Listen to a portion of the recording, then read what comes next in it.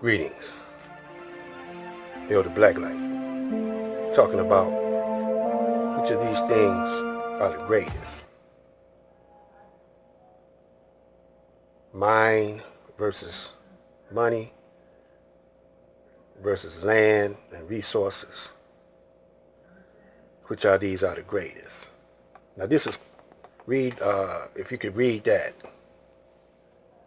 Founded, this is Idlewild. They made a movie about it. This is founded in 1912. Idlewild was known as the Black Eden. Today, this spot right here is in shambles. Now, up a little bit. If these brothers back in 1912, Master Farad wasn't here yet. But it lasted 2 or 3 generations, you know, to the 60s, at least 70s, maybe longer, I don't know. They got a history and documentary about it on YouTube. Just type in Idlewild. Plus, it's a movie about it. What's them brothers' name? They rappers. I don't forgot their name. I'll think about it in a minute. On the next video, I shout it out. But these brothers right here, if they would have been listening to the teachings of the Honorable Elijah Muhammad, because he was trying to get to those highbrow Negroes, you know, but they wasn't listening. They probably would have had the land booming by now. They was listening to like Martin Luther King, see, and but they wasn't nobody listening to the brother, you know. He was trying to get to those professionals. See, you got to know what kind of game is being played on you. You know, you got to know the con. Another word for it is tricknology or psychology. And most your gang members, they don't know. Nah, they don't have a clue of what's happening to them. You know, it's the first thing the Caucasian did was condition your mind. See, the mind is no brainer. It's the most greatest thing of what I mentioned, money and land. What comes after mind? Land and the resources. Then, only then comes if you want to use a dollar or use money or something that you can trade like money. That's when it come in very last. But money is really very unnecessary. You don't need money that much. You know, only like when you're in a long distance away and you don't want to carry money around, then your word got to be bond. You know, and sometimes you use symbolically a coupon or some valuable metal or something that might be what you deem worthy, collateral, you know, some kind of collateral, you know. But let's get into it.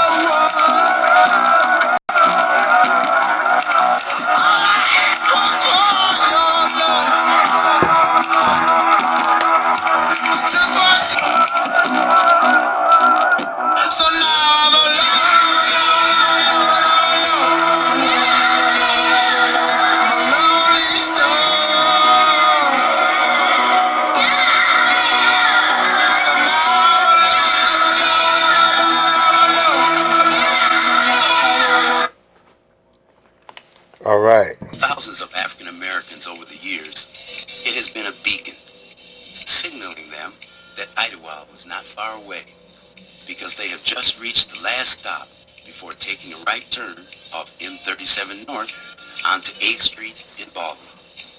Once on 8th Street, you know that when you pass the fish hatchery, you're on Baldwin Road. That's when the anxiety would begin, because the fun and activities of Idlewild were just minutes away.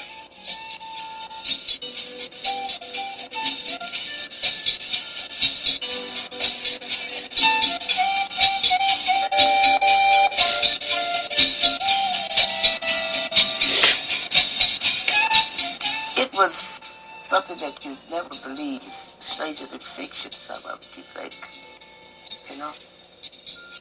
And we, at the parking, everybody had a Cadillac, just about all big cars.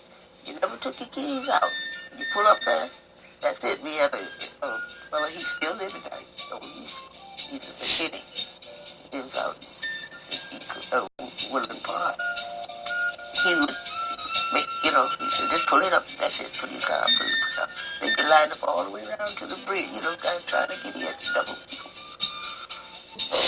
trying to get in there to see the show. In the 50s along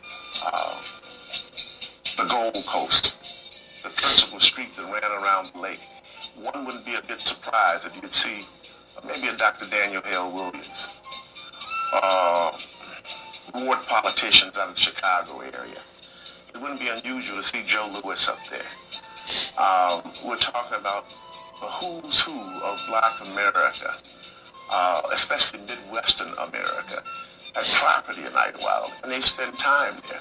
And for the younger people from the Flamingo Bar on the island, right across from the nightclub, they had a skating rink.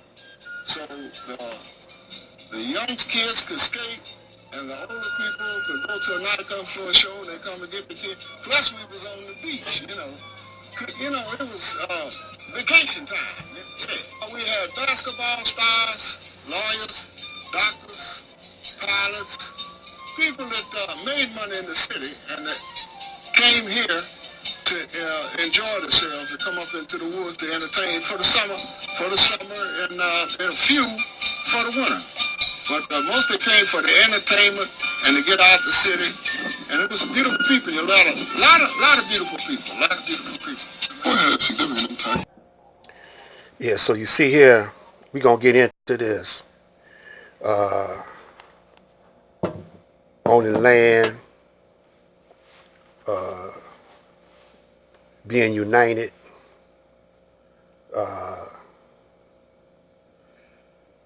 this is what was jumping off in the 20s. And our people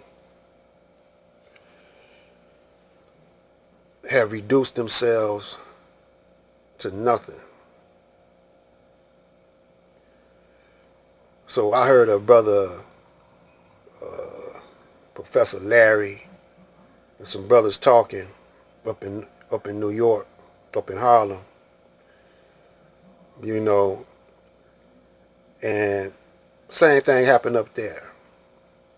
Same thing is happening wherever there's black people. We losing ground because the minds ain't right. The very one that was tuning your mind up, you didn't listen to him.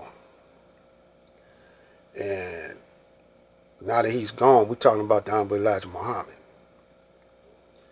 The Honorable Elijah Muhammad was pointing you towards Master Farad Muhammad. But brothers couldn't see it. They didn't want to believe it. So we're going to be talking about controlling where you at, in the ghettos, in the hood, because the majority rules. but you got to be in unity. First, you got to deprogram yourself. So this is part 2. We're going to have a part 3, 4, 5. I got a lot lined up. So stay in touch. Stay in tune. Stay on the vibe. This is Detroit. I'm Black Light. This is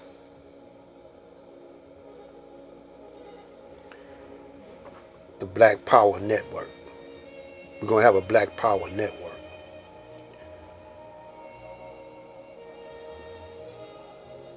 New Mecca, baby.